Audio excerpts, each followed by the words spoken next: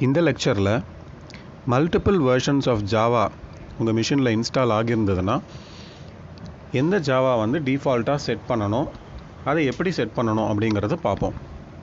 என்னுடைய மிஷினில் நான் ஜாவா -- வெர்ஷன் அப்படின்னு கமெண்ட் ப்ராம்ப்டில் கொடுக்குறேன்.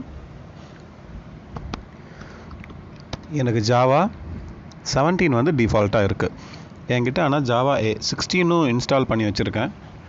இப்போ எனக்கு 16 டிஃபால்ட்டாக வரணும் அப்படின்னா நான் என்விரான்மெண்ட் வேரியபிள் போய் அங்கே பாத்துங்கிற என்ட்ரியில் செக் பண்ணினோம் அப்படின்னா 17ஓட என்ட்ரி முதல்ல இருக்கும், 16ஓட என்ட்ரி வந்து கடைசியாக இருக்கும்.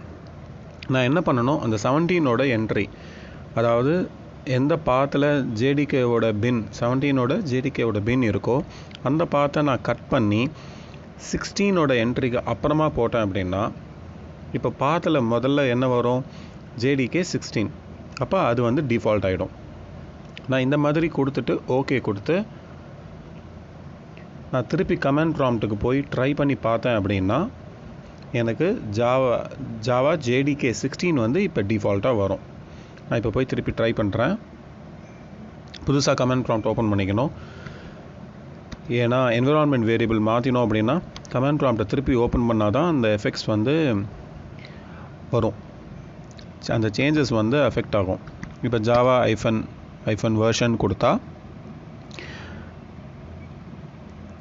எனக்கு இப்போ ஜாவா 16 வந்து வரணும், அதான் 16 வந்துடுச்சு. இதை யூஸ் பண்ணி நீங்கள் எவ்வளோ ஜாவா வெர்ஷன் வேணாலும் வச்சுக்கலாம். அதோடைய பிளாத் வந்து இப்படி மாற்றிக்கலாம்.